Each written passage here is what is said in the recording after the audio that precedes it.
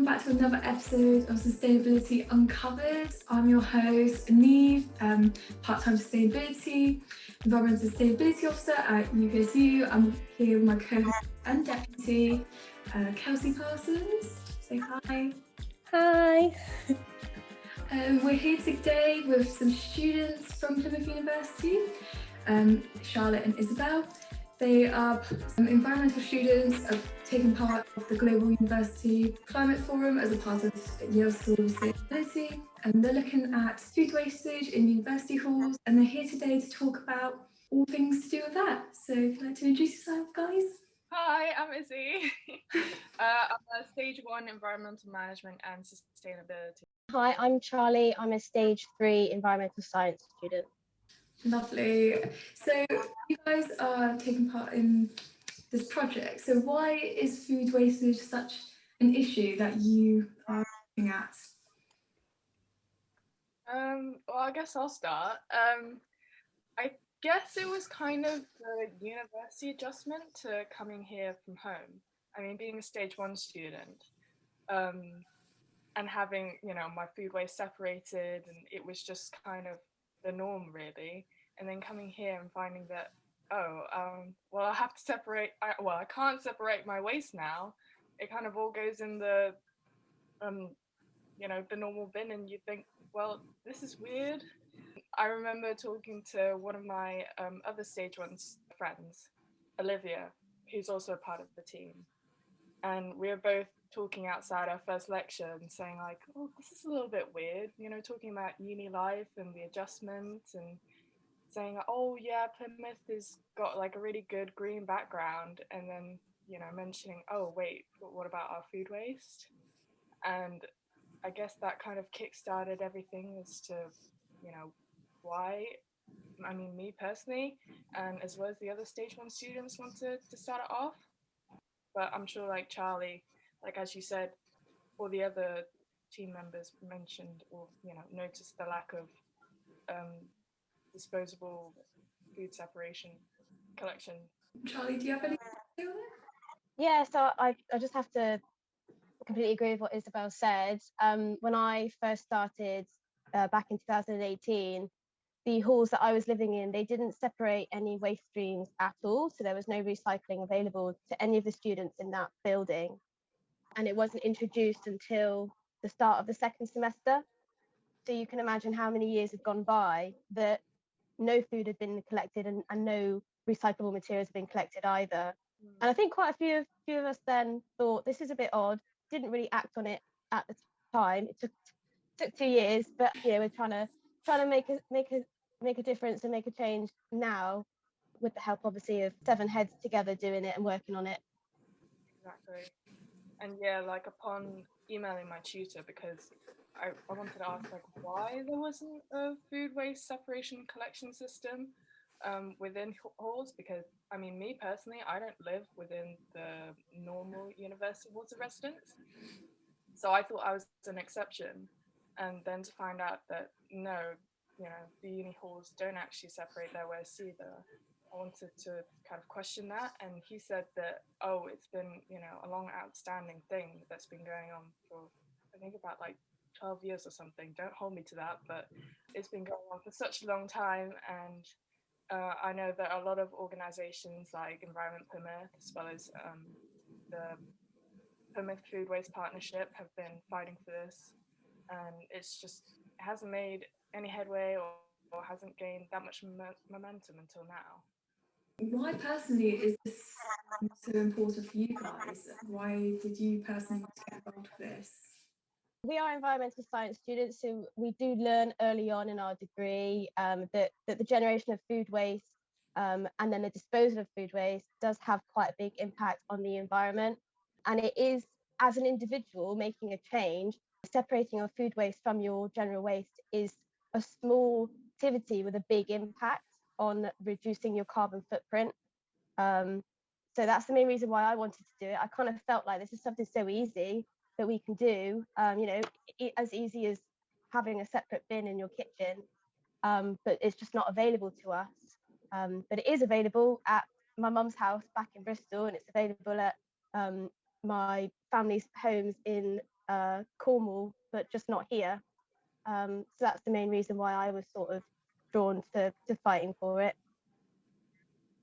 Yeah, I mean, I'm exactly the same, and I guess like, you know, our team can say the same thing as well. But I mean, I only came to the UK about 6 years ago, and well, we didn't, you know, separate our food waste there. But yeah, now it just feels like such a normal routine. And yes, being environmental students, like you do anything that you can to make changes, no matter how small. And so it just felt like food waste, it just seems like such a, yeah, like Charlie said, a small thing that can have a huge impact, as you know, we already know as environmental students, and I guess, you know, other students listening here can understand. So yeah, just small changes make a big difference. Cool. Very good. So you kind of touched on this, but what would you say is the current, I guess, issue with food wastage at halls and at the university itself? So the issue with food waste in general, for not everyone that maybe does study environmental sciences, is, well, except here because it does go for incineration, but in general waste is collected. If food waste isn't separated, it gets taken to landfill, and in landfill it goes through microbial processes that then create methane, which is a potent greenhouse gas. It's 20 times more potent than carbon dioxide. But speaking in Plymouth, obviously we don't have a landfill. It does go for incineration, but the energy recovery through incineration is higher if it's put through anaerobic digestion as opposed to through incineration. So that's the main thing we're looking at. If we're looking at waste for energy, it is more efficient to separate that food waste than to just send it all for incineration. Yeah, just to add on that, yes, all our food waste goes to incineration, but the university, the university does separate their food waste on campus, from all the cafes and all the restaurants, which does get sent to Langage, which is, you know, what we're looking at with our project, to have food waste separation within halls, and pilot it, hopefully, and then utilize that existing service of the university to send it to Langage. Tell us exactly what your entire project entails. What exactly do y'all do? Are y'all doing? Stuff like that. So basically, like I was saying, yeah, we want to utilize the existing service from the university, and what we're doing to try and show that there is student demand, or I guess try to grasp what students want with food waste. We've kind of made a survey as well as a petition so people can show like, yes, we're up for this, let's sign it, let's do this. And the survey to see what students' opinions are. Would they be willing? Wouldn't they? Stuff, minor details like, oh, are you in like halls by yourself, or are you sharing with flatmates? Would they be willing? Would they not be willing? Cost fees. I know Charlie can probably add on to this, but the main logistics behind what students want. Yeah, I think one of the key features that when we spoke to the university's sustainability manager, one of the key questions that she really liked was, we asked whether students would be willing to contribute towards a collection service. So I think it's assumed that students don't want to and won't separate their food waste, but actually that we feel that question saying, will people pay for this service, will hopefully work in our favour, and it will say, yes, actually students care enough that they will pay a small amount to have either have the food waste bin or for the actual collection service. So really looking forward for that one to come back. As well as, how much do students actually know about food waste? Because, well, it's surprising to hear, but I didn't really realize the difference between food waste as well as compost waste, and the difference between what you can put inside each bin, as well as what an anaerobic digester is, or where your waste actually goes. Because, like most things, when you throw it in the bin, it just goes to this magical place, and you don't know what happens afterwards. And so we want to get to know those sorts of things from the survey.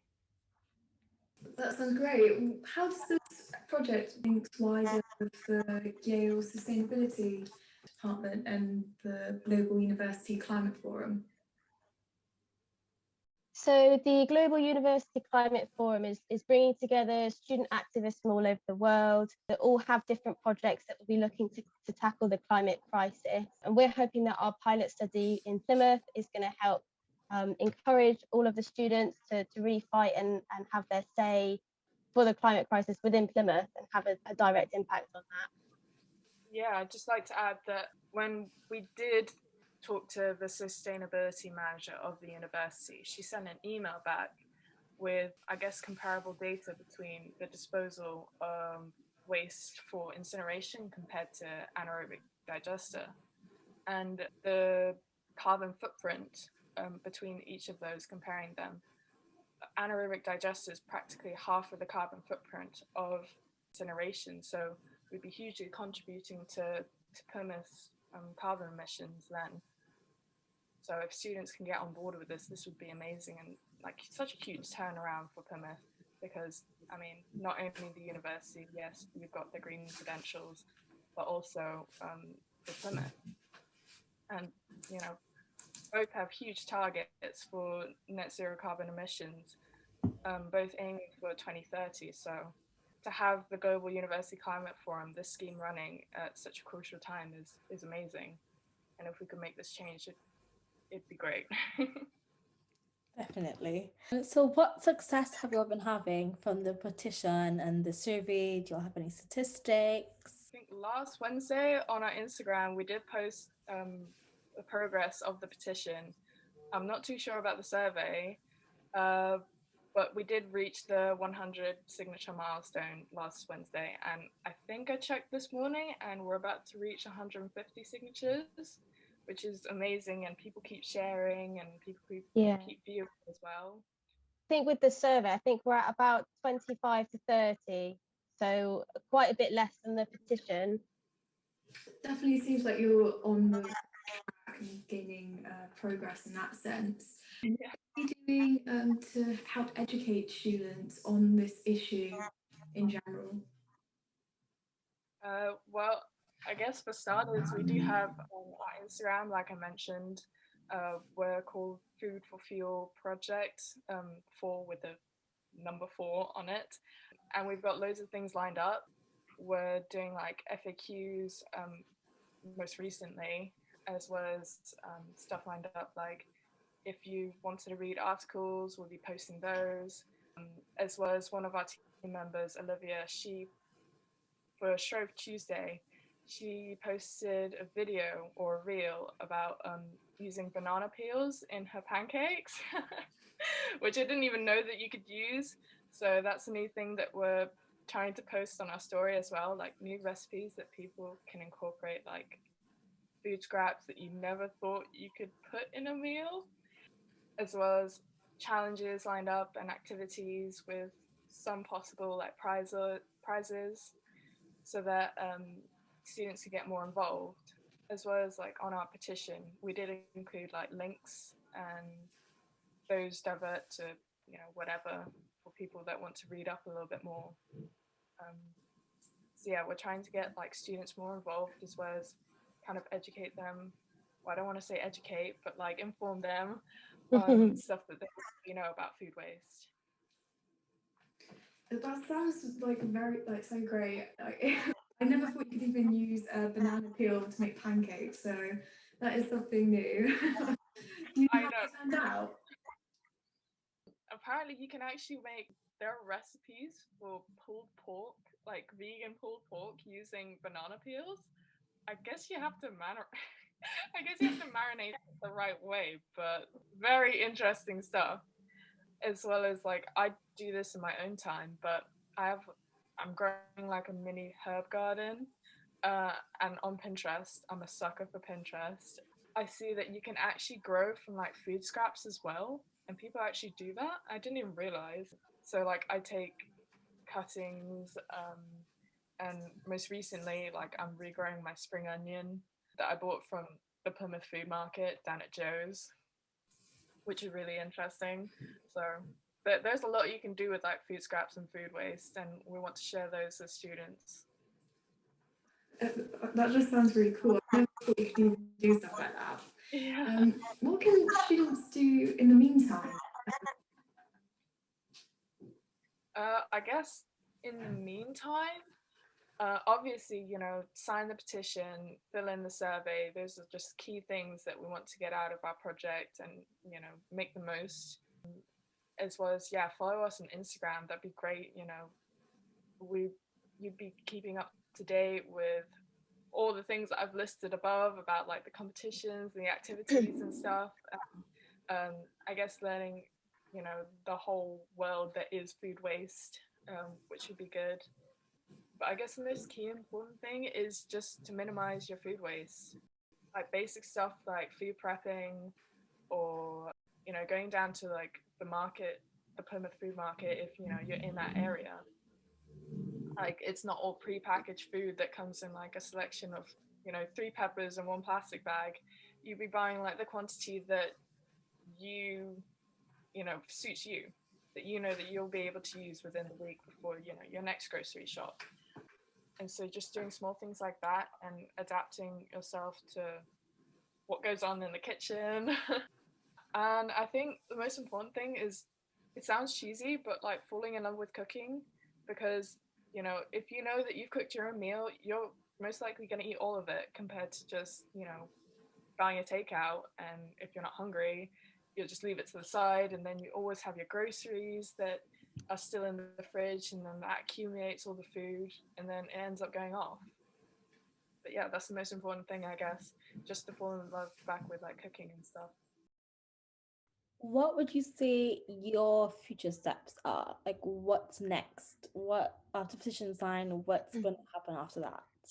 Our future steps, so that ultimately we would like a pilot collections service to be put into selected number of halls in September. So that is the ultimate goal, that we get the feedback back and students are positive for it, and the university are positive for it, and we get the ball rolling and actually get the collection into the halls.